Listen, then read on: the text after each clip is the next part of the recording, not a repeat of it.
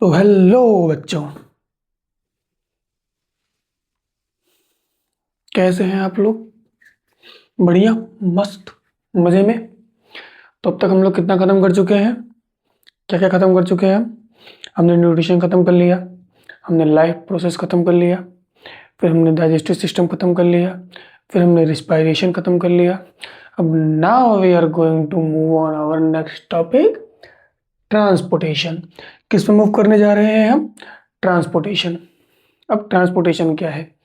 Transportation same as it is वही transportation जो transportation आप दिन भर अपने कानों में सुनते हो। ये जो रोड बनी है ना, एक जगह से दूसरी जगह पहुंचाने के लिए, है ना, एक जगह से दूसरी जगह पे पहुंचाने के लिए किसी भी गुड्स को हम एक जगह से दूसरी जगह पहुंचाते हैं, ट्रांसपोर्ट करते हैं। ट्रांसपोर्ट करना, एक जगह से दूसरी जगह पे उसको पहुंचाना। तो एज सेम इट इज़ हमारी बॉडी में भी क्या होता है? ट्रांसपोर्टेशन होता है। किसका ट्रांसपोर्टेशन होता है? किसका ट्रांसपोर्टेशन होता है? फूड का, जो फूड हमने स्टोर किया उसका, और फूड का स्टोर होता है, और फूड का ट्रांसपोर्ट होता है, और किसका? ऑक्सीजन का ट्रांसपोर्ट होता है,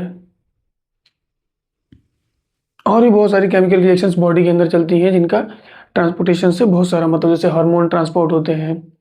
अभी धीरे धीरे हम सारा पढ़ेंगे आज ट्रांसपोर्टेशन के बारे में। तो चलिए शुरू करते हैं। पहला क्या है? ट्रांसपोर्टेशन। अब ट्रांसपोर्टेशन है क्या? ट्रांसपोर्टेशन है क्या? Some arrangement is required inside an organism which can carry the essential substance to all its parts so that they can reach each and every cell to its body। ये same वही चीज़ है जो अभी अभी मैंने आपको समझाया है। ट्रांसपोर्टेशन क्या है? ट्रांसपोर्ट क्या है? एक प्रोसेस है। क्या है? एक प्रोसेस है जिसमें जैसे कोई एक इसेंशियल ऑब्जेक्ट है, कोई एक इसेंशियल थिंग है, जैसे ऑक्सीजन है या फूड है, तो ट्रांसपोर्ट के थ्रू क्या होता है? ट्रांसपोर्ट के थ्रू क्या होता है कि बॉडी की जितने भी डिजायर सेल्स, जितने भी सेल्स हैं बॉडी की, और भी जितने सारे ऑर्गन्स हैं, उन सब तक वो पहुंचाया जाता है।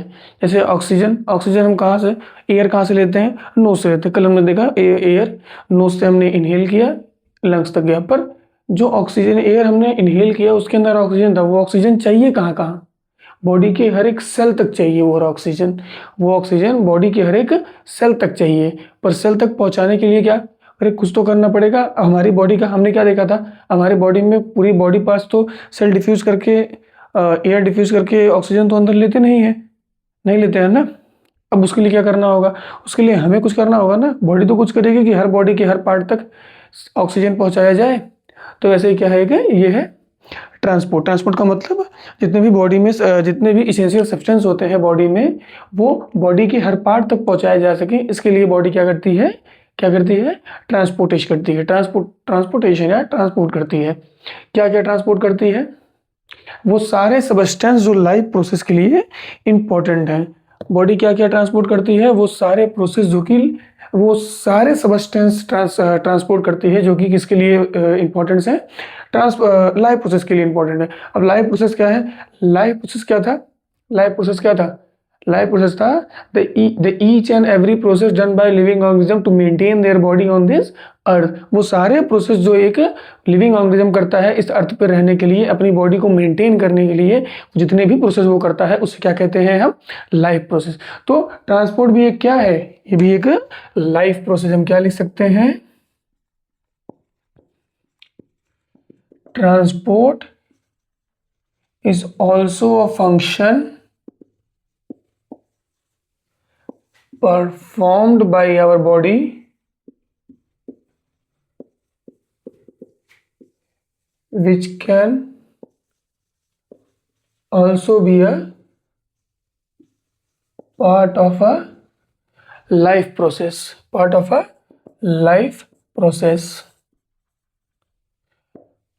ट्रांसपोर्ट क्या है? ट्रांसपोर्ट लाइफ प्रोसेस का एक पार्ट है। लाइफ प्रोसेस क्या था? वो सारे फंक्शन जो हम परफॉर्म करते हैं अपनी बॉडी को मेंटेन करने के लिए। तो ट्रांसपोर्ट भी उसमें से एक प्रोसेस है जिसको हम क्या करते हैं? परफॉर्म करते हैं अपनी बॉडी को मेंटेन करने के लिए। क्या करने के लिए? मेंटेन करने के लिए। ये क्या हुआ? ट्रांसपोर्टेशन होगा। अब देखो, ट्रांसपोर्टेशन इन प्लांट पढ़ने से पहले अभी हम क्या समझाते हैं, अभी आपको थोड़ा सा ट्रांसपोर्टेशन, नेक्स्ट टॉपिक हमारा ट्रांसपोर्टेशन इन प्लांट। अब देखो, ट्रांसपोर्टेशन इन प्लांट। अब ट्रांसपोर्टेशन इन प्लांट में क्या था, यहाँ पे मैंने लिखा है xylem and phloem. Xylem and phloem, इसके पहले आइए थोड़ा सा बात करते हैं। जैसे कि अब देखो, अगर प्लांट छोटा होता, प्लांट क्या होता, छोटा सा होता, तो सिंपल डिफ्यूजन के थ्रू वाटर क्या है, रूट से लीफ तक आ जाती, और जो फूड है वो लीफ से रूट तक चला जाता। लेकिन प्लांट अगर छोटा होता प्लांट अगर छोटा होता तो अब सिंपल डिफ्यूजन क्या था, हाई कंसंट्रेशन से लो कंसंट्रेशन में वाटर का फ्लो करा देना, या हाई कंसंट्रेशन से लो कंसंट्रेशन में किसी भी सबस्टेंस का फ्लो करा देना, हाई कंसंट्रेशन से लो कंसंट्रेशन में, वो क्या हो जाता है, डिफ्यूजन हो जाता है। अब मान लीजिए कि मुझे यहाँ से 10 किलोमीटर दूर कुछ पहुँचाना है, 10 किलोमीटर दूर कुछ पहुँचाना है। अब मैं यहाँ खड़ा हो जाऊँ, एक दूसरे को खड़ा कर दूँ, फिर तीसरा, चौथा, पाँचवा, छठवां, ऐसे मैं 1-1 मीटर की डिस्टेंस पे जितने भी आदमी 10 किलोमीटर के बीच में आ सके वो सबको खड़ा कर दूँ। मतलब जितने भी मैक्सिमम, मान लीजिए 10,000 पीपल्स आ सकते हैं 10 किलोमीटर की रेंज में हर मीटर पे, अगर मैं उनको रख देता हूँ, मान लेते हैं। अब मुझे कोई भी सामान कहाँ पे पहुँचानी है, उस जो लास्ट वाला आदमी है 10 किलोमीटर पे, वहाँ पे पहुँचानी है। कहाँ से, स्टार्टिंग पॉइंट पे। अब अगर सिंपल डिफ्यूजन की बात करें, हम किसकी बात करें, सिंपल डिफ्यूजन की बात करें, अगर ट्रीज भी सिंपल डिफ्यूजन के थ्रू ही पानी और खाना ऊपर नीचे करता, तो क्या करता वो, अब कोई सामान ऐसे उठाया मैंने, अब मैं धीरे धीरे जाऊँगा, इसको दूंगा, अब ये क्या करेगा, उसको मिला, अब ये धीरे धीरे जाएगा, इसको देगा, फिर ये क्या करेगा, ये लेगा, फिर धीरे धीरे जाएगा, उसको देगा। एक बार खुद दिमाग में लगाओ, अगर सिंपल डिफ्यूजन के थ्रू प्लांट ये प्रोसेस करता तो कितना टाइम लगता। जस्ट इमेजिन, अब एक नीम का पेड़ है जिसकी हाइट करीब 10 मीटर है, 10 मीटर क्या, तो हाँ मान लीजिए 25 फीट 30 फीट उसकी हाइट है। अब उसको नीचे से पानी पहुंचाना है ऊपर के थ्रू, और सोचो उसमें कितने सारे सेल्स छोटे छोटे आएंगे। अब अगर उन सेल्स के थ्रू सिंपल डिफ्यूजन के थ्रू वो पानी पहुंचाना शुरू कर दे, तो पानी ऊपर पहुंचे तो पहले पेड़ खत्म हो जाएगा। आ रहा है समझ में। तो इसके लिए क्या करते हैं इसके लिए हम क्या करते हैं, हम एक रास्ता बनाते हैं और उस पर क्या करते हैं, व्हीकल दौड़ाते हैं। अरे दौड़ाते हैं ना, कोई मीडियम यूज करते हैं ना, अरे करते हैं कि नहीं करते, करते हैं ना। तो वैसे ही वो रास्ता क्या है, पेड़, वो रास्ता, दो रास्ते हैं पेड़ के पास, एक है जाइलम और एक है फ्लोएम। पेड़ के वो दो रास्ते कौन से, जिनके थ्रू वो ट्रांसपोर्ट करेगा अपने एसेंशियल सब्सटेंस को, एक है जाइलम और दूसरा है फ्लोएम। अब देखिए, जाइलम ट्रांसपोर्ट करता है वाटर, जाइलम ट्रांसपोर्ट करता है water and minerals, xylem transport करता है water and minerals, phloem transport करता है food to each and every part of the plants. अब देखिए, अब ये वाटर और मिनरल्स कहाँ पे इंपॉर्टेंट थे, वाटर तो मेन इंपॉर्टेंट था किसके लिए, process of photosynthesis, photosynthesis process के लिए ये क्या इंपॉर्टेंट था, वाटर इंपॉर्टेंट था। वैसे ही मिनरल्स भी इंपॉर्टेंट थे। और क्या है, फूड। अब फोटोसिंथेसिस के थ्रू जो फूड बना, फोटोसिंथेसिस के जो फूड बना कहाँ बेटा, फूड बना लीफ में, फूड बना कहाँ, लीफ में।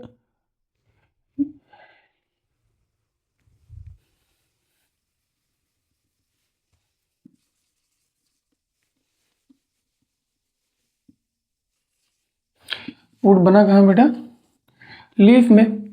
फूड बना कहाँ, लीफ में। पर वो फूड चाहिए किसको, चाहिए तो सबको, चाहिए किसको, चाहिए तो सबको। तो फिर ये लीफ से प्लांट के बचे हुए जितने पार्ट्स हैं, the remaining parts of the plant, अब ये फूड बना कहाँ, लीफ में, but it have to be transferred to all the parts, all the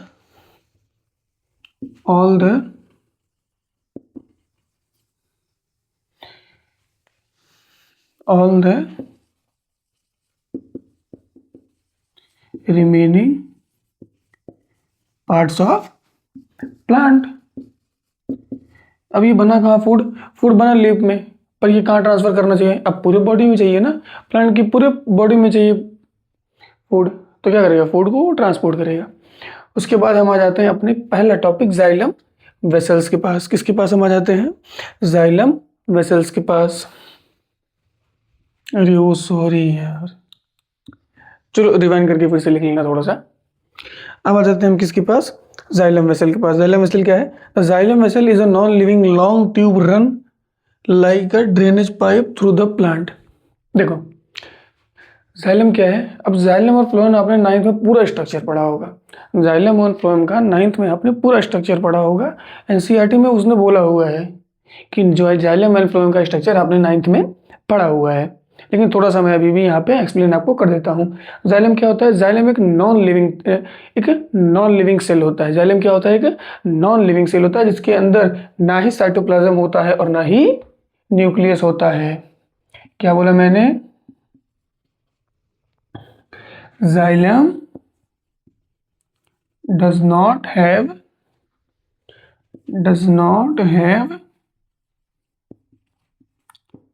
cytoplasm as well as nucleus। Xylem के पास ना ही साइटोप्लाज्म होता है ना ही न्यूक्लियस होता है। वो क्या है कि नॉन लिविंग है, ठीक है।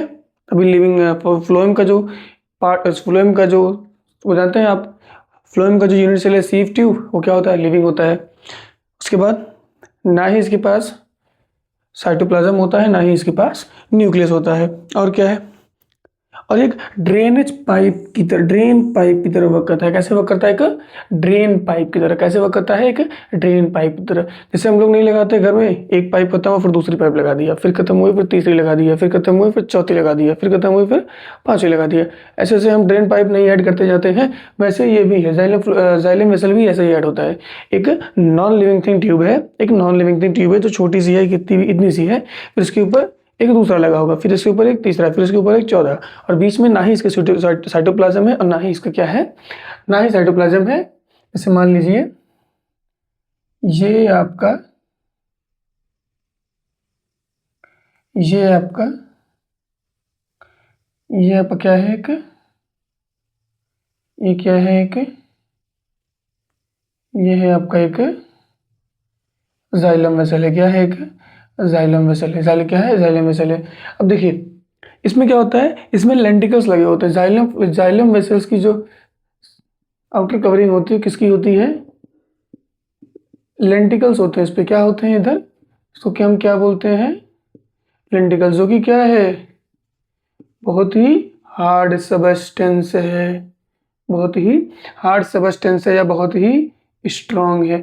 इसी की वजह से ये, इसी की वजह से जो स्टेम्स होते हैं वो बहुत ही ज़्यादा स्ट्रॉन्ग होते हैं। किसकी वजह से, लेंटिकल्स की वजह से। पर कहीं कहीं ये लेंटिकल्स नहीं प्रेजेंट होते, कहीं कहीं ये लेंटिकल्स नहीं प्रेजेंट होते, उसी को हम क्या कहते हैं, उसी को हम कहते हैं पिट। की देखिए ये वाला पार्ट, यहाँ पे देखिए, यहाँ पे लेंटिकल्स नहीं प्रेजेंट है, उसे हम क्या कहते हैं, पिट कहते हैं। क्या कहते हैं, पिट कहते हैं। ठीक, जाइलम के बारे में इतना आपने पढ़ लिया, और तो कुछ नहीं बचा ना, हाँ लगभग लगभग कुछ नहीं बचा। Sorry sorry sorry sorry sorry sorry sorry sorry sorry sorry sorry sorry, lenticels नहीं है, लिग्निन है यार।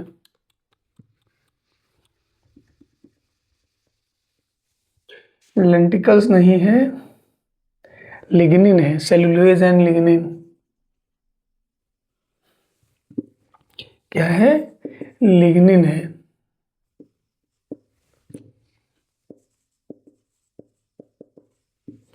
Lignin and cellulose, lignin and cellulose correct कर लेना उसको। लिग्निन क्या होता है, सबसे हार्डेस्ट सबस्टेंस होता है, बहुत ही स्ट्रॉन्ग सबस्टेंस होता है, जिसकी वजह से स्टेम भी क्या होता है, बहुत ही स्ट्रॉन्ग होता है, बहुत ही स्ट्रॉन्ग होता है। और जहाँ पे लिग्निन नहीं प्रेजेंट होता उसको क्या कहते हैं, उसे हम कहते हैं पिट। उसे क्या कहते हैं, पिट। जितने भी फ्लावरिंग प्लांट्स होते हैं, जिसमें भी, जितने भी, इसी का एक भाई है ट्रैकिड, इसी का एक भाई है ट्रैकिड। कौन है, ट्रैकिड। ये काफ़ी चौड़ा होता है, इसकी विड्थ, जाइलम वेसल की विड्थ ज़्यादा होती है, पर ट्रैकिड बहुत ही पतला होता है, ट्रैकिड बहुत ही पतला होता है।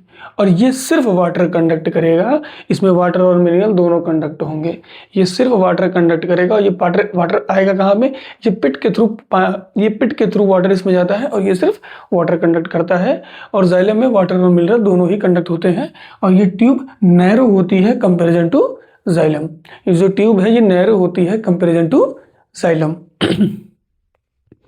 और कुछ और जितने भी फ्लावरिंग प्लांट्स होते हैं, जितने भी फ्लावरिंग प्लांट्स होते हैं उसके अंदर या तो जाइलम होता है या तो सिर्फ जाइलम वेसल्स ही होते हैं, या तो जाइलम्स और फ्लोएम दोनों होता है। और ट्रैकेट क्या करता है, सिर्फ वाटर फ्लो करता है। इसमें कुछ लिखना हो तो मैं साइड हो जाता हूँ, आप लिख लीजिए। इसके बाद समझाते हैं आपको हम मिनरल्स कैसे रूट में ट्रांसफ़र होता है और वाटर कैसे रूट में इंटर करता है और ट्रांसपोर्ट होता है। ठीक है, तो लिख लीजिए, मैं थोड़ा सा साइड हो रहा हूँ। हो गया? ठीक है, पॉज करके लिख लीजिए, कुछ लिखना हो तो। अब मैं रेस कर रहा हूँ।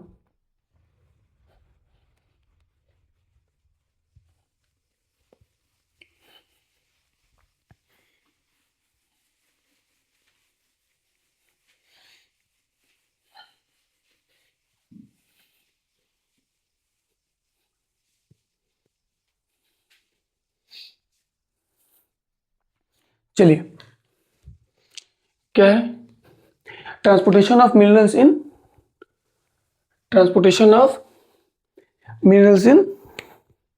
जाइलम।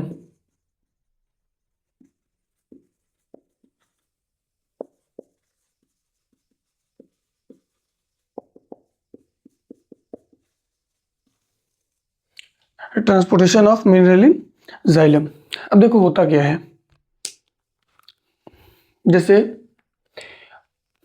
देखिए क्या होता है, रूट हेयर होता है। क्या होता है? रूट हेयर होता है। मान लीजिए ये हमारा रूट हेयर है। मान लीजिए ये हमारा क्या है, एक रूट हेयर है। क्या है ये? रूट हेयर है। ये हमारा एक रूट हेयर है। अब रूट हेयर क्या होता है, साइड साइड क्या होते हैं। अब ये हमारा रूट हेयर है।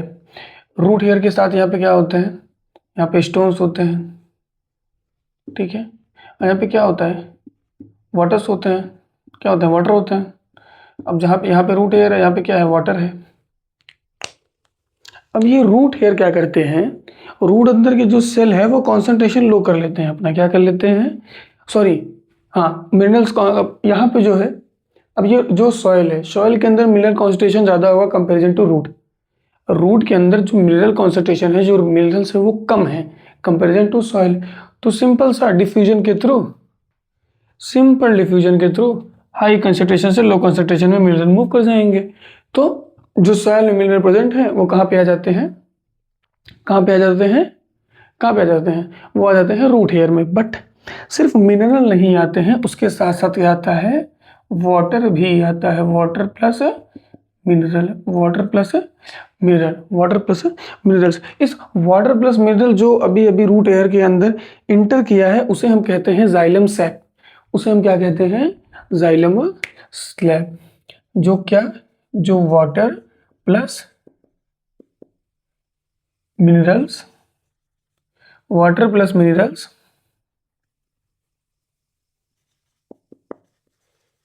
अभी ये जो वाटर प्लस मिनरल दोनों क्या हुआ, इंटर किया है रूट हेयर में, इसे हम क्या कहते हैं, जाइलम सैप। क्या कहते हैं, जाइलम सैप। अब ये क्या करेगा, अब ये यहाँ से एपिडर्मिस में आएगा। एपिडर्मिस मतलब जो बाहर वाली लेयर है, नॉर्मल सिंपल डिफ्यूजन से फिर ये रूट कैनाल में आ जाएगा। फिर एपिडर्मिस, रूट कैनाल, फिर उसके बाद एंडोडर्मिस। क्या होगा यहाँ पे, फिर एंडोडर्मिस में आएगा।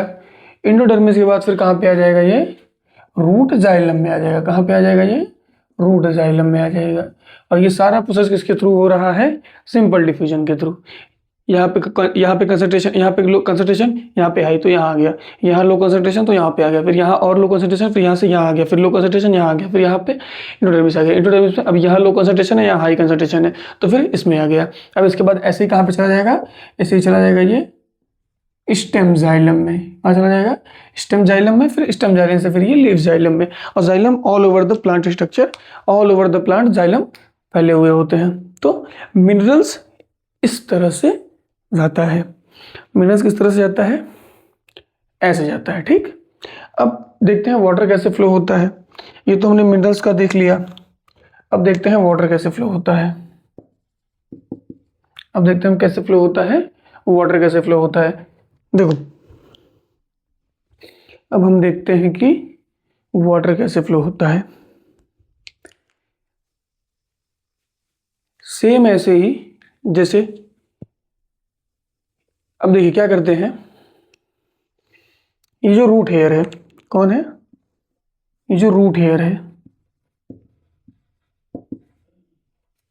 रूट हेयर क्या करते हैं, यहाँ पे मिनरल्स इकट्ठा कर लेते हैं। क्या करते हैं, मिनरल्स इकट्ठा कर लेते हैं। क्या करते हैं, मिनरल्स इकट्ठा कर लेते हैं।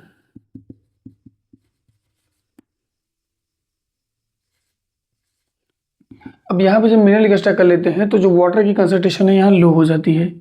वाटर की कंसंट्रेशन यहाँ लो हो जाती है। और जो आउटर पार्ट सॉइल का है, जो आउटर पार्ट सॉइल का है, वहाँ वाटर कंसंट्रेशन क्या होती है, ज़्यादा होती है। अब यहाँ लो कंसंट्रेशन है वाटर का और यहाँ पे हाई कंसंट्रेशन है वाटर का, तो सिंपल ऑस्मोसिस के थ्रू वाटर कहाँ एंटर कर जाता है, रूट हेयर में।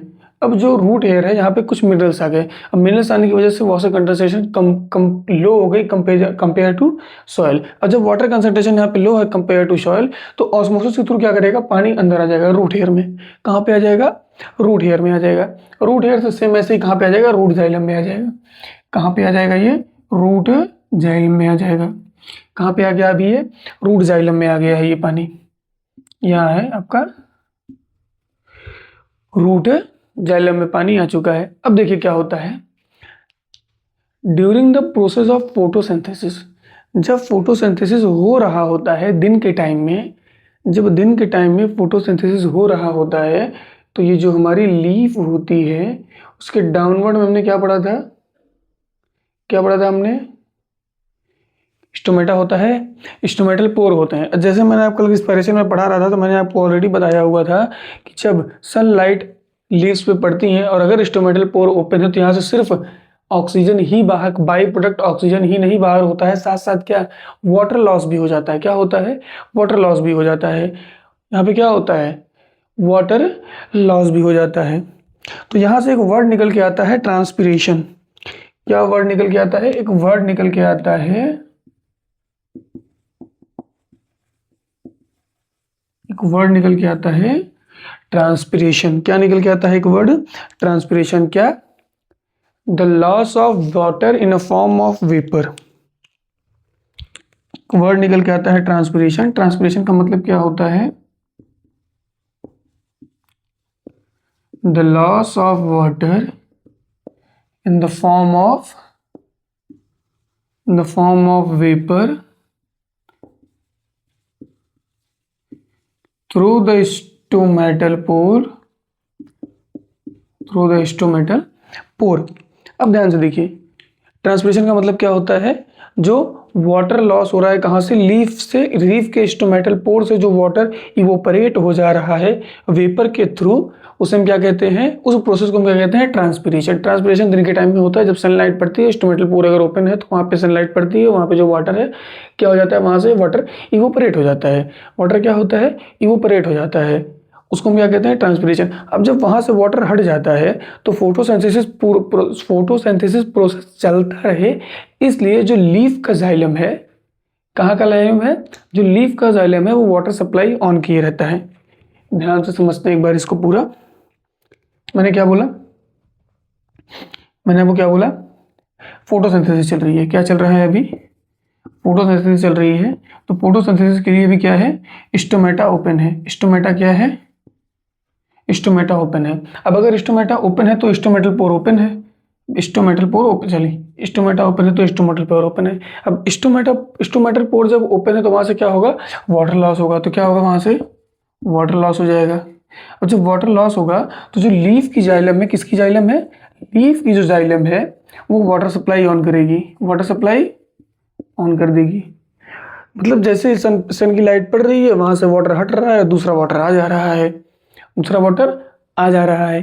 अब क्या होता है, जैसे कि हम क्या करते हैं, कभी स्ट्रॉ लगा के कोल्ड ड्रिंक पिया है, जब भी हम किसी भी ग्लास में से स्ट्रॉ डालते हैं, स्ट्रॉ डाल के से खींचते हैं ऊपर की तरफ, तो क्या करते हैं, वहाँ की जो एयर है हम उसको गायब कर देते हैं। जब जो हमने स्ट्रॉ के अंदर की एयर थी उसको हटा दी, या फिर जो स्ट्रॉ के ऊपर की एयर थी वो भी हमने हटा दी, खींच के हमने एयर हटा दी। जब एयर हटा दी तो बाकी साइड में तो एयर है, तो वो एटमॉस्फेरिक प्रेशर लगाता है, और एटमॉस्फेरिक प्रेशर की वजह से कोल्ड ड्रिंक क्या करती है, ऊपर उड़ जाती है। जब ऐसे हम उसको खींचते हैं तो हमने एयर तो हटा दी, तो बाहर का जो एटमॉस्फेरिक प्रेशर है उस कोल्ड ड्रिंक पे एटमॉस्फेरिक प्रेशर लगता है, और जो कोल्ड ड्रिंक है वो स्ट्रॉ में ऊपर आ जाती है। सेम एज इट यहाँ पे भी ऐसा ही होता है। जब लीव से वाटर क्या होता है, वाटर इवोपरेट हो जाता है। जैसे ही वाटर इवोपरेट होता है वैसे ही है जाइलम जाइलम जो लीफ जाइलम है वो वाटर वहाँ पे दे देता है। इसकी वजह से क्या होता है, जो लीफ पे जो वाटर जाइलम है, जो लीफ में जो जाइलम है जिसके वाटर जो वहाँ पे क्या हो जाता है, वहाँ पे लो प्रेशर हो जाता है, वहाँ पे क्या हो जाता है, लो प्रेशर हो जाता है। और रूट में तो ये कहा गया अपना, रूट जाइलम में तो water pressure as it is है। अब जब वहाँ पे लीफ में जब क्या हो गया, लीफ में जब प्रेशर कम हो गया और रूट में प्रेशर एज इट इज है, तो रूट का प्रेशर ज़्यादा हो गया। और जब रूट का प्रेशर ज़्यादा हो गया तो लो प्रेशर से हाई प्रेशर से लो प्रेशर की तरफ तो जाएगा ही पानी। तो रूट जाइलम से पानी कहाँ चला जाता है, ऊपर की तरफ। इसको हम कहते हैं ट्रांसपिरेशन पुल। इस प्रोसेस को हम क्या कहते हैं, इस प्रोसेस को हम कहते हैं ट्रांसपिरेशन पुल। और ये चलता रहता है और पानी ऊपर उड़ता रहता है। ये है जाइलम की दो प्रोसेस है, मिनरल कैसे ट्रांसपोर्ट होता है और वाटर कैसे ट्रांसपोर्ट होता है। इतना हो गया हो, इसमें अगर आपको कुछ लिखना हो तो लिख लीजिए। इसके बाद अब हम चल रहे हैं फ्लोएम पढ़ने।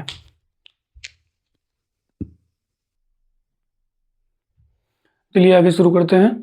टाइम बहुत ज़्यादा लग जा रहा है यार, मुझे नहीं लगा तो 26 मिनट का वो रिकॉर्ड हो जाएगा। इसको जल्दी से ख़त्म करते हैं। अरे छोड़ूंगा नहीं मैं कुछ भी, जल्दी से ख़त्म करते हैं। क्या है, transport of food and other substance. अब देखो पानी तो ट्रांसपोर्ट हो गया, मिनरल भी ट्रांसपोर्ट हो गया। अब क्या बचा हुआ है, फूड बचा हुआ है। फूड बनता कहाँ है, फूड बनता है लीफ में। कहाँ बनता है फूड, फूड बनता है अपना कहाँ पे, लीफ में। अब फूड लीफ में बनता है और ट्रांसपोर्ट कहाँ होना चाहिए, प्लांट के हर पार्ट को लीफ चाहिए, अब सॉरी प्लांट के हर पार्ट्स को फूड चाहिए, तो क्या करेगा, फूड भी ट्रांसपोर्ट करेगा प्लांट। अब लीफ से कहाँ पे ट्रांसपोर्ट करेगा, पूरे all over the plant transport करेगा। तो क्या होता है, जैसे कि क्या, the transport of food from the leaf to other part of the plant is called translocation. जैसे वहाँ पे पानी हट जा रहा था तो जो ट्रांसपिरेशन पुल प्रोड्यूस हो रहा था, जो पानी हट जाना उसे क्या कह रहे थे हम, ट्रांसपिरेशन कह रहे थे। उसी तरह क्या है, जब प्लांट पूरी बॉडी पूरी अपने प्लांट जब प्लांट लीफ से पूरे प्लांट में फूड ट्रांसपोर्ट करता है उसे हम क्या कहते हैं, ट्रांसलोकेशन। एक जगह से दूसरी जगह पहुंचाना, ट्रांसलोकेशन। अब जैसे कि जाइलम छोटे छोटे डेड और हॉलो सेल से बना होता है। जाइलम किससे बना होता है, डेड और हॉलो सेल एक साथ ऐसे अरेंज हुए थे। उसी तरह से सीव ट्यूब्स भी लिविंग सेल्स हैं। कैसे सेल्स हैं, लिविंग सेल्स हैं। और ये भी 1 by 1 अरेंज हैं। कैसे अरेंज हैं, 1 by 1। और कैसे, इंड टू इंड इंटरप्टेड नहीं, इंड टू इंड अटैच्ड है,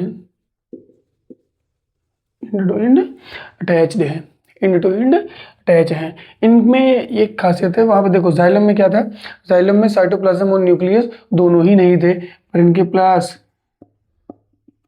साइटोप्लाज्म होता है बट नो न्यूक्लियस, इनके पास साइटोप्लाज्म तो होता है पर कोई न्यूक्लियस नहीं होता है।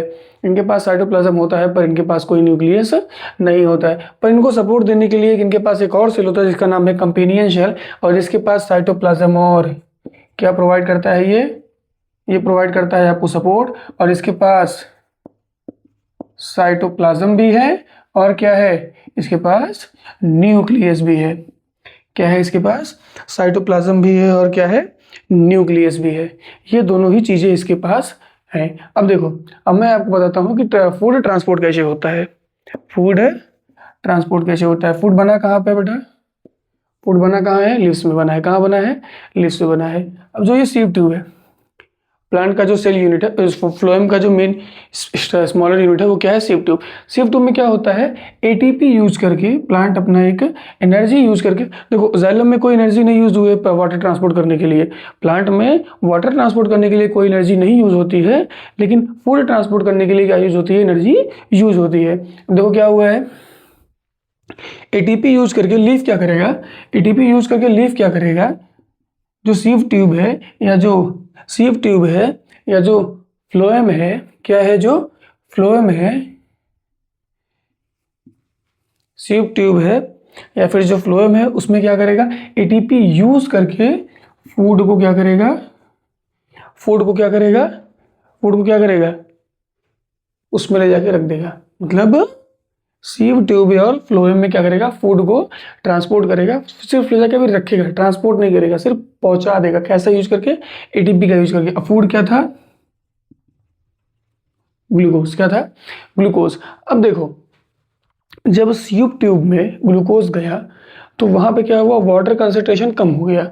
वाटर कंसंट्रेशन अब क्या हो गया है, कम हो गया है। वाटर क्या हो गया, कम हो गया है, बाहर वाटर ज्यादा है।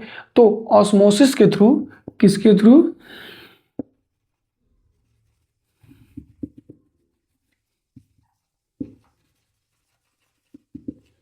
ऑस्मोसिस के थ्रू क्या करेगा, पानी एंटर करेगा फ्लोएम में। अब जब ग्लूकोज है वहां पे, जो फूड है वो भी है, और ऑस्मोसिस के थ्रू पानी एंटर किया, तो वहां पे क्या होगा, क्या होगा, प्रेशर इंक्रीज हो जाएगा। क्या होगा, प्रेशर इंक्रीज हो जाएगा, प्रेशर राइज हो जाएगा। अब जैसे जिस पार्ट में फूड है वहाँ प्रेशर राइज हो गया है, और बाकी जितने भी पार्ट है प्लांट के, अब जहाँ जहाँ प्रेशर कम है वहाँ वहाँ क्या होगा, वहाँ क्या होगा, फूड ट्रांसपोर्ट हो जाएगा। किसकी वजह से, प्रेशर डिफरेंट की वजह से। ठीक है, तो आपका ट्रांसपोर्टेशन इन प्लांट यहाँ पे क्या होता है, खत्म होता है। अब हम पढ़ेंगे ट्रांसपोर्टेशन इन ह्यूमन बींग्स और एनिमल। इसमें कुछ लिखना हो तो लिख लीजिए, तब तक मैं आगे का देखता हूँ। ठीक है, तो चलिए अब हम पढ़ने जा रहे हैं ह्यूमन ट्रांसपोर्टेशन सिस्टम। और ह्यूमन ट्रांसपोर्टेशन सिस्टम से पढ़ने से पहले हम क्या पढ़ेंगे, ब्लड, क्योंकि ब्लड ही जो है वो पहले ब्लड पढ़ते हैं। क्योंकि ह्यूमन बॉडी में अगर कुछ ट्रांसपोर्ट होता है तो कौन ट्रांसपोर्ट करता है, ब्लड ट्रांसपोर्ट करता है। तो पहले हम ब्लड के एक जनरल टर्म्स पढ़ लेते हैं कि ब्लड के अंदर क्या क्या होता है और कौन कौन से जनरल टर्म्स हैं ब्लड में, ब्लड में होता क्या क्या है। पहले देखते हैं ब्लड क्या होता है। Blood is a liquid or a fluid matrix called plasma with red blood cells, with white blood cells and platelets floating in it. Blood के अंदर क्या क्या होता है, पहली बात तो पूरी लिक्विड की तरह है। वो कैसा है, वो एक लिक्विड है, एक लिक्विड है जिसके अंदर क्या क्या है, इसके अंदर रेड ब्लड सेल्स है या रेड सेल्स हैं, जिसके अंदर वाइट ब्लड सेल्स हैं या वाइट सेल्स हैं, और इसके अंदर प्लेटलेट्स हैं, इसके अंदर क्या है, प्लेटलेट्स हैं। उसके बाद टर्म्स निकल के आते हैं कौन कौन से, प्लाज्मा, किसकी बात हो रही है अभी, plasma, the liquid part of blood is called, the liquid part of blood is called plasma. The liquid part of blood is called plasma. अब प्लाज्मा का काम क्या क्या है, प्लाज्मा क्या क्या करता है, प्लाज्मा क्या क्या करता है, प्लाज्मा ट्रांसपोर्ट करता है आपका हार्मोन्स, प्लाज्मा ट्रांसपोर्ट करता है आपका कार्बन डाइऑक्साइड, प्लाज्मा आपका ट्रांसपोर्ट करता है यूरिया, प्लाज्मा आपका ट्रांसपोर्ट करता है सॉल्ट्स, प्लाज्मा आपका ट्रांसपोर्ट करता है डाइजेस्टेड फूड,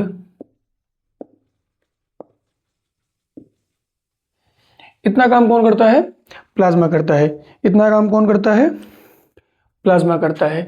जो लिक्विड पार्ट होता है ब्लड का उसको हम प्लाज्मा कहते हैं। और प्लाज्मा क्या क्या ट्रांसपोर्ट करता है, हार्मोन ट्रांसपोर्ट करता है, कार्बन डाइऑक्साइड ट्रांसपोर्ट करता है, यूरिया ट्रांसपोर्ट करता है, और सॉल्ट ट्रांसपोर्ट करता है, और डाइजेस्टेड फूड ट्रांसपोर्ट करता है। उसके बाद क्या बात आती है, रेड ब्लड कार्ब सेल्स, किसकी, रेड ब्लड कार्ब सेल्स या red blood cells, red blood carb cells या फिर रेड ब्लड सेल्स। ये कैसे होते हैं, पहली बात तो ये रेड इन कलर होते हैं। कैसे होते हैं, रेड इन कलर। कैसे स्ट्रक्चर के होते हैं, सर्कुलर स्ट्रक्चर होता है। कैसा स्ट्रक्चर होता है, सर्कुलर स्ट्रक्चर होता है, और बीच में थोड़े से दबे हुए होते हैं। जैसे कि अभी नया नया बहुत फैशन में चला ना डोनट, डोनट देखा है, डोनट देखा है ना, डोनट नहीं देखा तो बालूशाही देखी है, बालूशाही की तरह होता है ये। जैसे डोनट होता है वैसे बालूशाही होता है, और वैसे तुम्हारा आरबीसी होता है उसी स्ट्रक्चर का। इसकी एक खास बात क्या है, इसके अंदर न्यूक्लियस एब्सेंट होता है। न्यूक्लियाई एब्सेंट होता है, न्यूक्लियाई नहीं होता है। इनका मेन फंक्शन क्या है? रेड ब्लड सेल्स का मेन फंक्शन होता है आपका ऑक्सीजन ट्रांसपोर्ट करना। इनका मेन फंक्शन क्या है? ऑक्सीजन ट्रांसपोर्ट करना। का मेन काम क्या होता है? ऑक्सीजन ट्रांसपोर्ट करना। क्या काम होता है इनका? कहाँ है? मैं एम लिख दे रहा हूँ यार, लिखना मुझे एन है, मैं लिख रहा हूँ एम, पता नहीं क्या है लिख रहा हूँ। लिखूंगा तो करना ही, चाहे जो हो जाए। इनका काम क्या होता है? ऑक्सीजन ट्रांसपोर्ट करना। ये कहाँ से ऑक्सीजन लेके जाते हैं? लंग से ये ऑक्सीजन लेके जाते हैं, पूरी बॉडी को ये ट्रांसपोर्ट करते हैं। क्या करते हैं? पूरी बॉडी को ये ट्रांसपोर्ट करते हैं। अब देखिए, इनके पास न्यूक्लियस नहीं होता है। अब इनके पास न्यूक्लियस ना होने की वजह से इनकी लाइफ बहुत शॉर्ट होती है। इनकी लाइफ बहुत शॉर्ट होती है। इनकी लाइफ बहुत शॉर्ट होती है। अप्रॉक्स कितने डेज की होती है? अप्रॉक्स 120 डेज की होती है। 120 डेज की होती है, जिसको हमारे करीब करीब क्या कहते हैं? हम इसको करीब करीब मान लेते हैं 4 मंथ्स की होती है। कितनी होती है? 4 मंथ्स की होती है। 4 मंथ्स की होती है।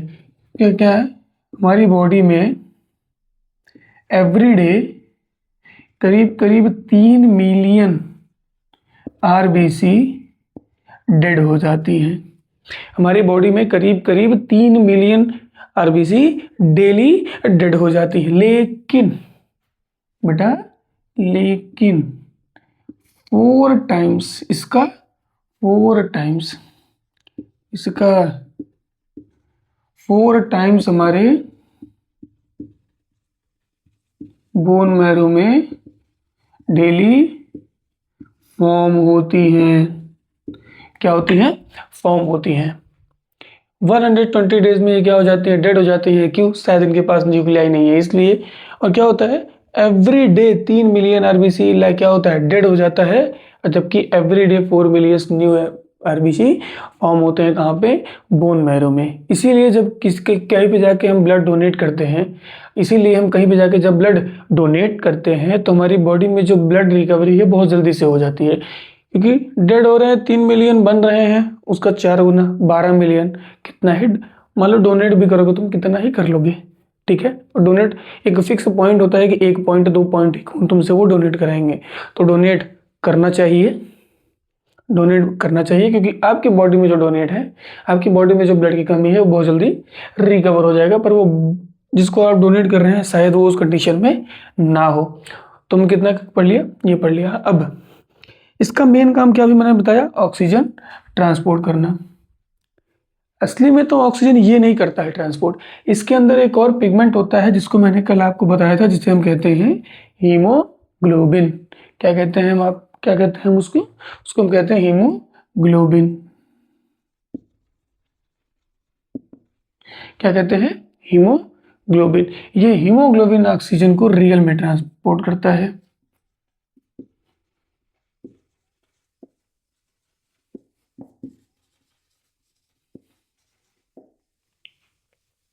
हीमोग्लोबिन ऑक्सीजन को रियल में हीमोग्लोबिन ऑक्सीजन को ट्रांसपोर्ट करता है।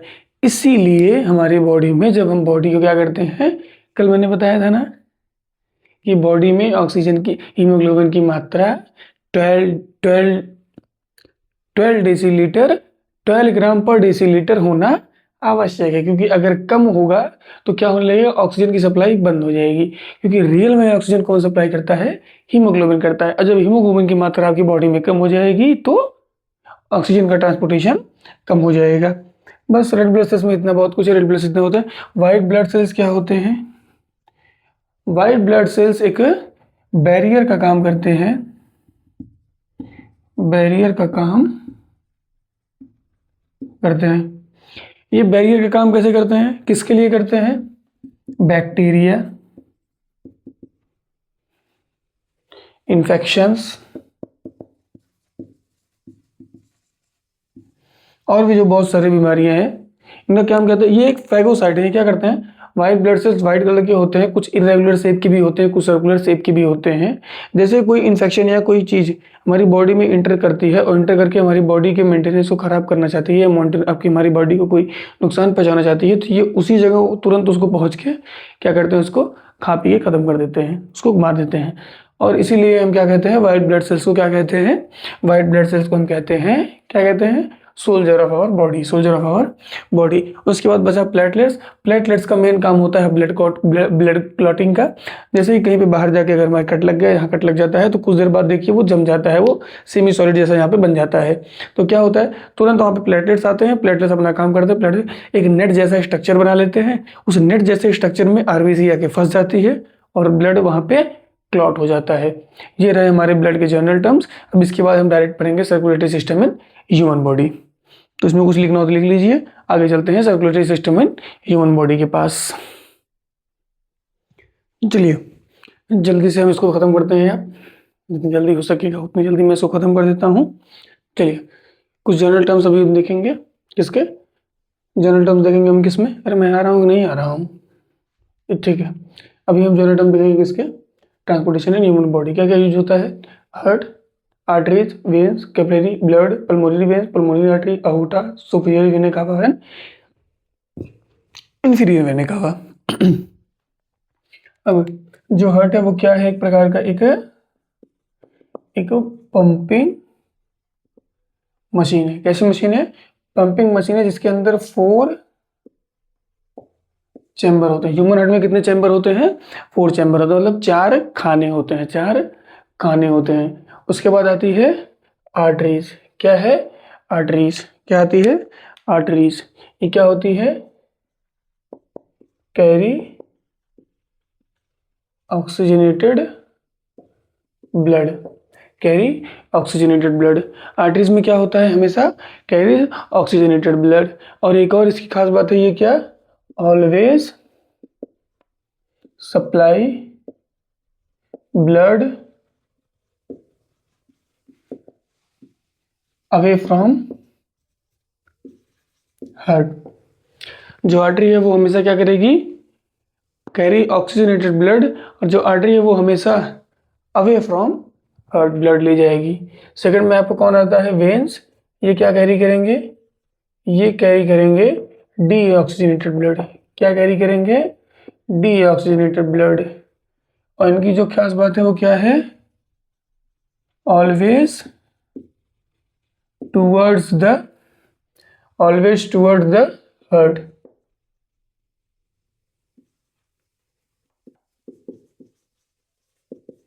ये हमेशा ब्लड किधर कैरी करेंगे, किधर कैरी करते हैं ये इनका जो ब्लड होता है वो हमेशा लंग्स की तरफ होता है, और आर्टरीज का जो फ्लो होता है वो हमेशा लंग्स से दूर होता है। कैपिलरीज क्या होती हैं, यही आर्टरीज और वेन्स जाके जहाँ बिल्कुल ही बहुत ही पतली नसें बन जाती हैं, उन्हें क्या कहते हैं, कैपिलरी कहते हैं। वेरी थिन और नैरो, वेरी थिन और नैरो। ब्लड तो आपने देख ही लिया। पल्मोनरी वेन्स क्या है, अभी बाद में देखते हैं। एक टर्म पल्मोनरी वेन भी है, दूसरा टर्म है पल्मोनरी आर्टरीज। अब पल्मोनरी वेन, इधर वेन में डीऑक्सीजनेटेड ब्लड जाता है, पर इधर पल्मोनरी वेन में ऑक्सीजनेटेड ब्लड जाता है। कैसा ब्लड जाता है, ऑक्सीजनेटेड ब्लड जाता है। और यहाँ आर्टरीज में ऑक्सीजनेटेड ब्लड जाता है, पर पल्मोनरी आर्टरीज में डीऑक्सीजनेटेड ब्लड जाता है। कैसा ब्लड जाता है, डीऑक्सीजनेटेड ब्लड होता है। उसके बाद क्या जाता है, अओर्टा। अओर्टा क्या है, जब भी हार्ट से ब्लड पंप होता है बॉडी के लिए, तो जो मेन आर्टरी है जिससे बाकी सारी आर्टरी जुड़ी हुई है उसे क्या कहते हैं, अओर्टा। उसके बाद सुपीरियर वेना कावा और इंफीरियर वेना कावा। जो सुपीरियर वेना कावा है वो ऊपर की पार्ट से ब्लड इकट्ठा करके हार्ट को पहुंचाता है। जो इंफीरियर वेना कावा है वो बाकी नीचे के पार्टों से ब्लड को इकट्ठा करके कहाँ पहुंचाता है, हार्ट तक पहुंचाता है। ठीक है, तो चलिए देखते हैं अब सर्कुलेशन हार्ट में होता कैसे है। सर्कुलेशन हार्ट में, और मैं साइड हो गया हूँ, अगर ये डेफिनेशन लिखनी है तो लिख लीजिए, बाकी मैं इरेज करने जा रहा हूँ। अब देखेंगे हम सर्कुलेशन कैसे होता है।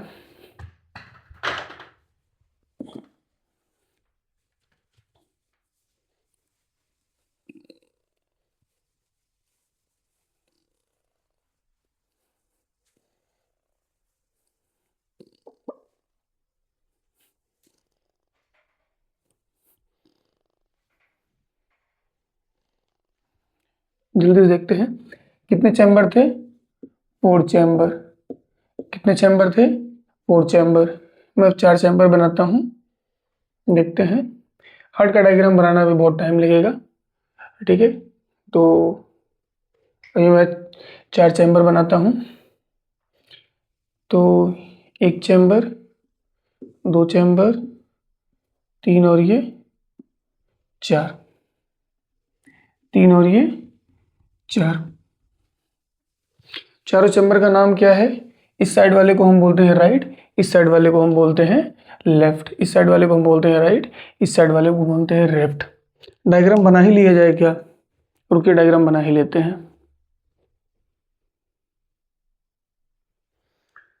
चलिए, जो डायग्राम बन पाया वो हमने बना लिया है। चलिए देखते हैं आगे का कैसे होता है, ठीक है। 4 चैम्बर है, ये रहा हमारा पहला चैम्बर, दूसरा चैम्बर, तीसरा चैम्बर और चौथा चैम्बर। 1 2 3 4। अब ऊपर वाले को हम बोलते हैं आर्ट्रियम, ऊपर वाले को हम क्या बोलते हैं? आर्ट्रियम। जो छोटा वाला है उसे हम क्या बोलते हैं? आर्ट्रियम। ये रहा हमारा लेफ्ट आर्ट्रियम, ये रहा हमारा राइट आर्ट्रियम। वो रहा हमारा लेफ्ट आर्ट्रियम, ये रहा हमारा राइट आर्ट्रियम। लेफ्ट आर्ट्रियम के जस्ट नीचे लेफ्ट वेंट्रिकल और राइट आर्ट्रियम के नीचे वाले को राइट वेंट्रिकल। क्या कहते हैं हम? Right ventricle. ये रहा राइट वेंट्रिकल, ये रहा लेफ्ट वेंट्रिकल। ठीक, कोई दिक्कत नहीं। चलिए आगे देखते हैं। अब मैंने क्या बोला था? अब सीधा हम समझते हैं कि ब्लड ट्रांसपोर्ट होता कैसे है।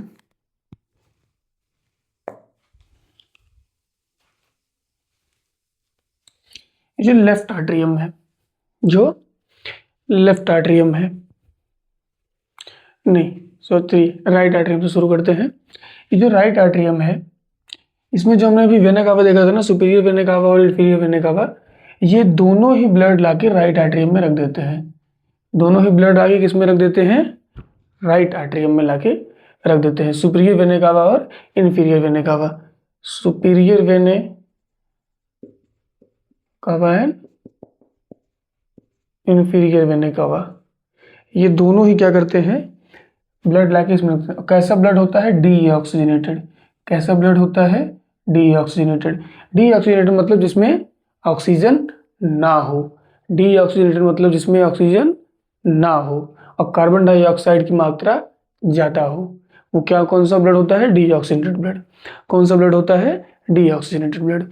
अभी जो डीऑक्सीजनेटेड ब्लड है वो कहाँ पे आया? राइट आर्ट्रियम में। कहाँ पे आया? राइट आर्ट्रियम में। अब राइट आर्ट्रियम में आने के बाद यहाँ पे होता है एक वॉल्व। क्या होता है? वॉल्व। क्या होता है? एक वॉल्व, जो इसके फ्लो को राइट आर्ट्रियम से जो ब्लड आता है फिर किस में आ जाता है? राइट वेंट्रिकल में। किस में आ जाता है?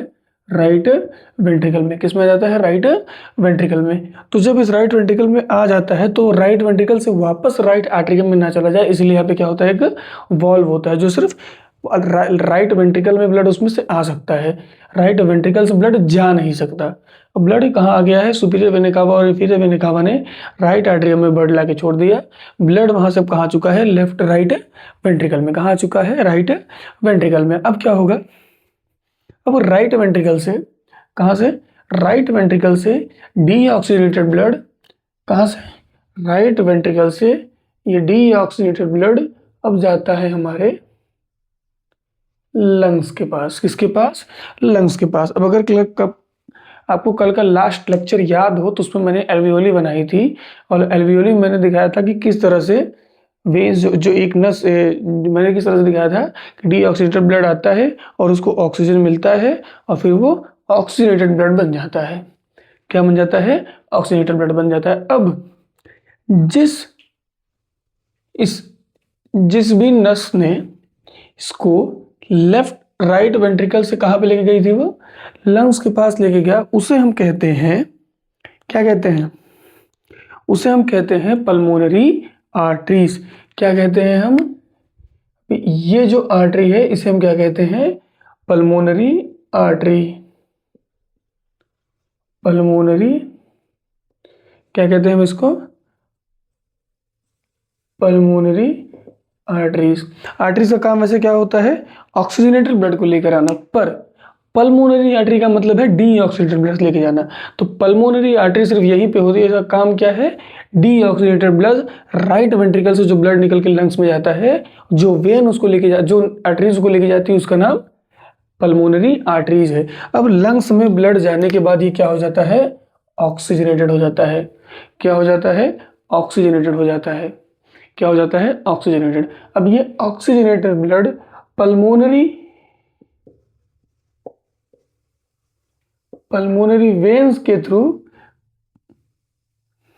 सॉरी पल्मोनरी वेन्स के थ्रू कहाँ पे आ जाती है, लेफ्ट आर्टरियम में। कहाँ पे आ जाती है, लेफ्ट आर्टरियम में। कहाँ पे आ जाती है, लेफ्ट आर्टरियम में। अब लेफ्ट आर्टरियम से फिर ये पल्मोनरी, ये ऑक्सीजनेटेड ब्लड आ जाता है कहाँ पे, लेफ्ट वेंट्रिकल में। कहाँ पे, लेफ्ट वेंट्रिकल में। अब फिर लेफ्ट वेंट्रिकल से ये ब्लड निकल जाता है अओर्टा के थ्रू। किसके थ्रू, अओर्टा के थ्रू। अब ये कहाँ पे चला जाएगा ब्लड, पूरी बॉडी में, पूरी बॉडी में।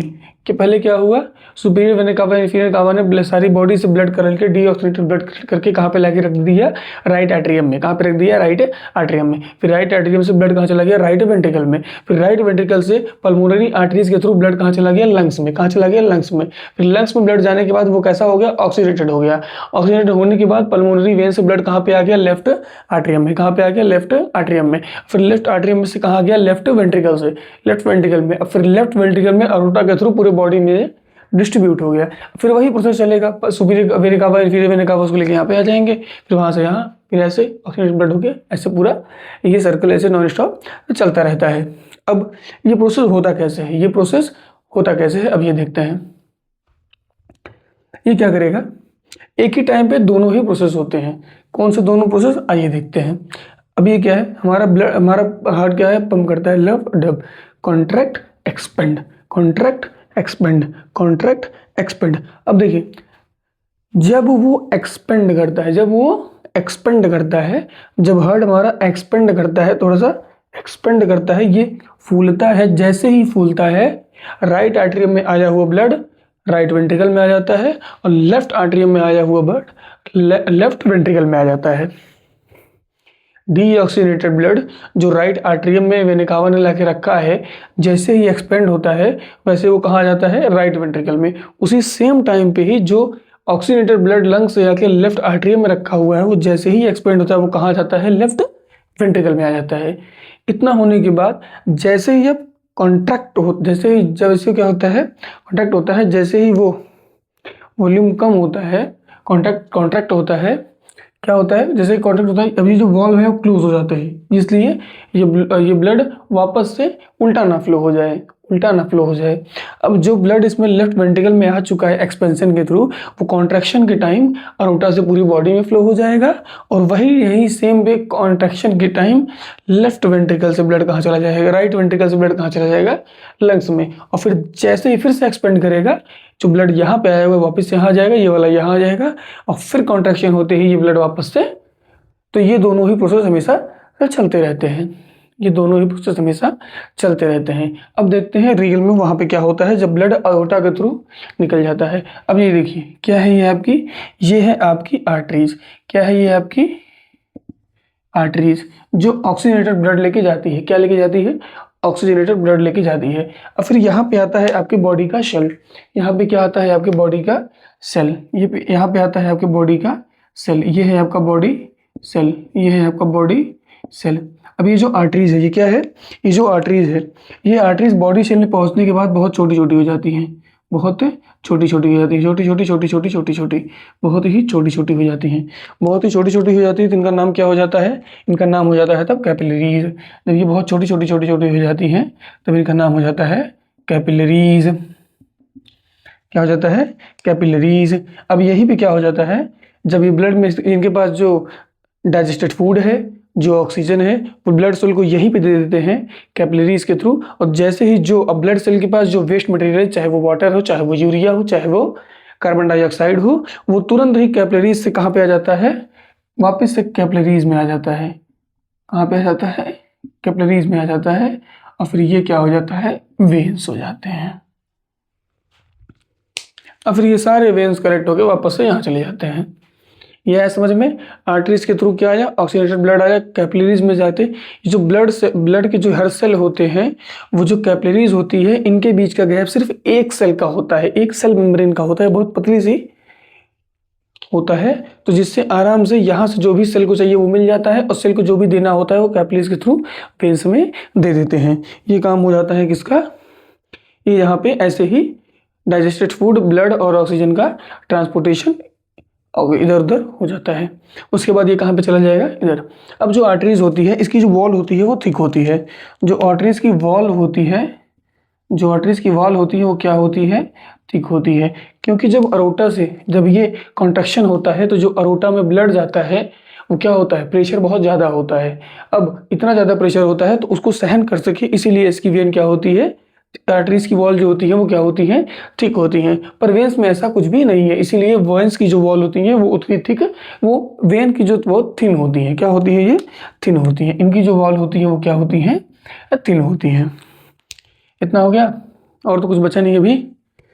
वेन्स की जो वॉल होती है वो थिन होती है, आर्टरीज की जो वॉल होती है वो थिक होती है। और लेफ्ट वेंट्रिकल और राइट वेंट्रिकल, और इन दोनों को अलग करने के लिए जो अपनी लाइन देखी, इसे बोलते हैं क्या, सेप्टम। क्या बोलते हैं, सेप्टम कहते हैं। ये क्या करते हैं, इन लोग को अलग करता है, जिससे डीऑक्सीजनेटेड ब्लड और ऑक्सीजनेटेड ब्लड एक दूसरे से मिक्स ना हो। और इसके ऊपर एक कवरिंग होती है जिसको हम क्या बोलते हैं, पेरिकार्डियम कवरिंग। पेरिकार्डियम कवरिंग, ऐसे दो कवरिंग होती है जो इसको प्रोटेक्ट करती है। और उन दो पेरिकार्डियम मेम्ब्रेन के बीच में एक फ्लूइड भरा होता है जिसको हम कहते हैं पेरिकार्डियम फ्लूइड, जो शॉक एब्जॉर्बर होता है। जैसे धक्का वक्का लगता है तो आपको हार्ट को कोई नुकसान ना पहुंचे। ये हो गया पूरा आपका ट्रांसपोर्टेशन इन ह्यूमन बॉडी। यहाँ पे आपका ट्रांसपोर्टेशन होता है खत्म। 2-4 टर्म और देखता हूँ मैं क्या क्या बचे हुए हैं, वो एक साथ लिख के यहाँ पे समझ लेते हैं, ठीक है। चलिए,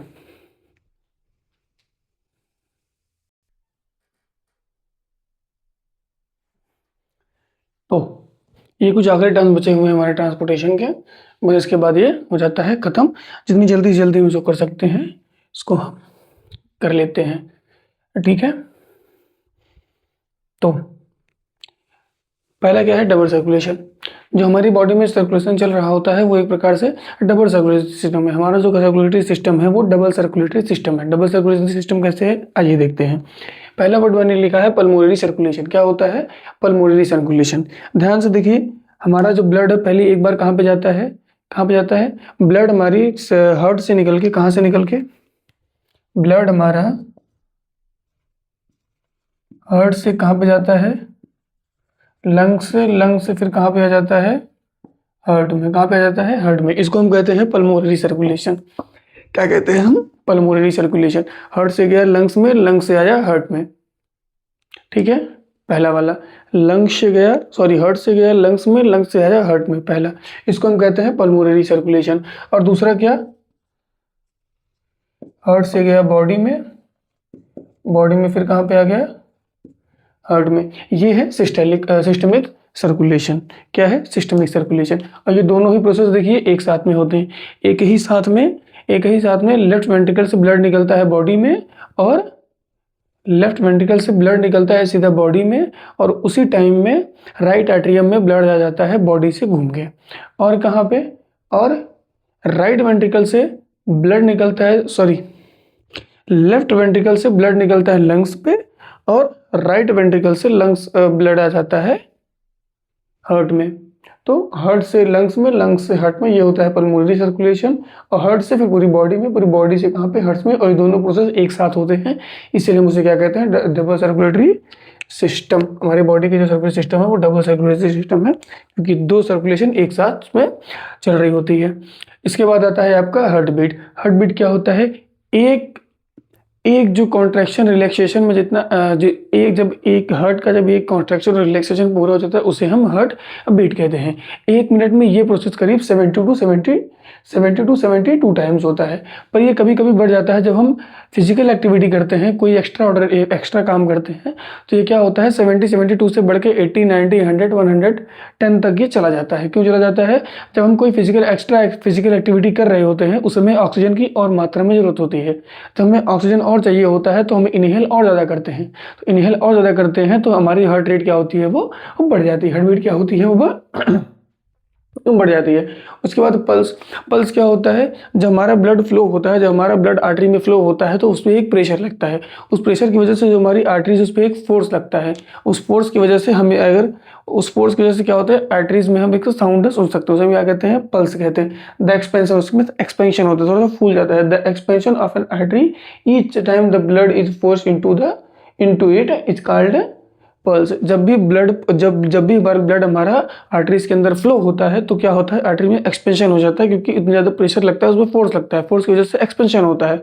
एक्सपेंशन को हम क्या करते हैं, ऐसे रिस्ट पे हाथ रख के उसको हम महसूस कर सकते हैं। ऐसे रिस्ट पे हम अगर हाथ रखेंगे तो हम उसको महसूस कर सकते हैं, और हर बार उतना ही एक्सपेंशन होता है, हर बीट पे एक एक्सपेंशन होता है। तो जितना हार्ट बीट उतना एक्सपेंशन, ये भी करीब 72 टाइम्स हार्ट बीट भी होता है। उसके बाद आ जाता है ब्लड प्रेशर। क्या आ जाता है? ब्लड प्रेशर क्या होता है? ब्लड प्रेशर क्या होता है? ब्लड प्रेशर, दो टाइप के ब्लड प्रेशर दिए हुए हैं। कौन कौन से? सिस्टोलिक प्रेशर और डायस्टोलिक प्रेशर। जिस टाइम पे जब अरोटा का अगर प्रेशर हम नापा जाए, जिस टाइम पे ब्लड हार्ट को लीव करके अरोटा में एंटर करता है, उस वक्त अरोटा पे जितना प्रेशर लगता है, ब्लड का जो प्रेशर होता है उस वक्त, जब वो हार्ट को लीव करके अरोटा में जा रहा होता है, उस वक्त ब्लड फ्लो का जो प्रेशर होता है उसे हम कहते हैं सिस्टोलिक प्रेशर। और उसे हम क्या कहते हैं? Systolic pressure.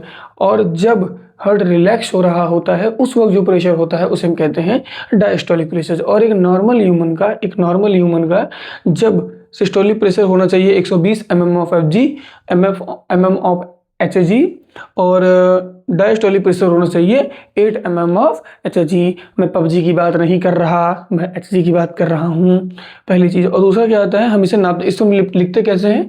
120 डिवाइडेड बाई 80, ये है आपका सिस्टोलिक प्रेशर, ये है डायस्टोलिक प्रेशर। नापते कैसे हैं? एक रबर की ट्यूब आती है जिससे क्या, एक रबर की ट्यूब आती है, उसको हमारे यहाँ पे रिस्ट में बांधा जाता है। रिस्ट में क्या किया जाता है? बांधा जाता है। उसके बाद उसमें ऐसे मीटर लगा होता है। उसके बाद हाथ से ब्लो करके इसमें क्या भरा जाता है? एयर फिलअप किया जाता है। क्या फिलअप किया जाता है? एयर फिलअप किया जाता है। हाथ से ब्लो करके जब इसमें एयर फिलअप किया जाता है तो उसमें क्या दिखाते हैं, जब वो प्रेशर 200 पे पहुंच जाता है, जब प्रेशर 200 पे पहुंच जाता है तो यहाँ पे स्टेथोस्कोप डॉक्टर लगा के यहाँ पे चेक करते हैं, स्टेथोस्कोप रखे रहते हैं, प्रेशर को 200 पे लेके जाते हैं। किस पे लेके जाते हैं? 200 पे। 200 पे जैसे ही प्रेशर पहुंचता है वैसे ही हमारे जो रिस्ट की आर्टरी है ब्लॉक हो जाती है, तो ब्लड फ्लो करना बंद कर देता है। वही चीज़ किससे सुनते हैं? वो स्टेथोस्कोप यहाँ पे लगा के सुनते हैं। जैसे ही मीटर पहुंचता है 200 पे, स्टेथोस्कोप लगाते हैं और देखते हैं ब्लड का फ्लो बंद हो चुका है। उसके बाद वो क्या करते हैं, धीरे धीरे उसको एयर को रिलीज करते हैं, कि जैसे वो एयर रिलीज हो और ब्लड की कैपिलरीज खुले और क्या हो, उससे ब्लड का फ्लो बढ़े। तो उसके बाद वो देखते हैं कि पहली बार ब्लड कब फ्लो हुआ, किस प्रेशर पे ब्लड फ्लो हुआ, तो पहला मेजर वो करते हैं। फिर उसके बाद वो धीरे धीरे ओपन करते रहते हैं। पहली बार साउंड वो कब सुनते हैं वो मेजर करते हैं, किस प्रेशर पे उन्होंने पहली बार साउंड सुना वो मेजर करते हैं, और फिर किस पॉइंट पे आते ही साउंड बिल्कुल से गायब हो गया वो मेजर सुनते हैं। वो पहली बार जो पहली बार वो प्रेशर वहाँ पे स्क्रीन में देखते हैं, जब पहली साउंड उनको सुनाई देती है उसे हम सिस्टोलिक प्रेशर कहते हैं। और जिस प्रेशर पे आवाज़ बिल्कुल ही गायब हो जाती है, स्टेथोस्कोप में कुछ नहीं सुनाई देता है, उसे क्या कहते हैं? डायस्टोलिक प्रेशर कहते हैं। उसके बाद एक और है, वो क्या आ जाता है? लिम्फ क्या है? जैसे ही एक सर्कुलेटरी सिस्टम ब्लड वर्क करता है वैसे ही एक लिम्फ का भी सर्कुलेटरी सिस्टम वर्क करता है। ये होता है येलो कलर का, पर एनसीईआरटी में दिया हुआ है स्लाइटली कलरलेस फ्लूइड है। कैसा फ्लूइड है? कलरलेस फ्लूइड है। जिस वक्त जैसे ही जब क्या होता है, जब आर्टरीज और वेन्स में कैपिलरीज के थ्रू वो इंटरचेंजेस हो रहे थे ब्लड ऑक्सीजन के, तो कुछ पार्ट क्या होते हैं वहाँ से निकल के गिर जाते हैं, कुछ पार्ट वहाँ से निकल के गिर जाते हैं, वही क्या होते हैं? लिम्फ होते हैं। जैसे क्या क्या निकल जाता है? Water, protein, WBC, fat, salts और हार्मोन्स, ये सारी चीज़ मिला के क्या बनता है? लिम्फ। ये लिम्फ में क्या क्या होता है? Water, protein, WBC, fat, salts और हार्मोन। इनका फंक्शन क्या होता है? पहला फंक्शन होता है इम्यूनिटी। जैसे WBC था, WBC क्या करता है? जर्म से फाइट करता है, बैक्टीरिया से फाइट करता है। वैसे ही लिम्फ में होते हैं लिम्फोसाइट्स। क्या होते हैं? Lymphocyte, a type of a WBC का ये कि टाइप है, कौन है? लिम्फोसाइट। वो क्या करते हैं? वो भी हमारी इम्यूनिटी में बहुत ज़्यादा कंट्रीब्यूशन करते हैं, वो भी हमें बचाते हैं इन्फेक्शन से। उसके बाद क्या है? ट्रांसपोर्टेशन ऑफ डाइजेस्ट फूड, जो फूड डाइजेस्ट हुआ है जो उसको ट्रांसपोर्ट करने में मदद करते हैं। Return excess fluid to the blood, जो फ्लूइड बच जाता है उस ब्लड को वापस कर देते हैं। और help in transfer of waste को ट्रांसफ़र करने में ये हमारी मदद करते हैं। तो इसके साथ साथ अभी का ट्रांसपोर्ट हमारा होता है ख़त्म। बचा है एक लास्ट टॉपिक, एक्सक्रिएशन। एक्सक्रिएशन में किडनी है, उसी के बारे में हमको पढ़ना है और ज़्यादा कुछ है नहीं। एक्सक्रिएशन इन प्लांट में तो बहुत कमी है, द फॉलिंग ऑफ लीफ और ये सब करके एक्सक्रिएशन है।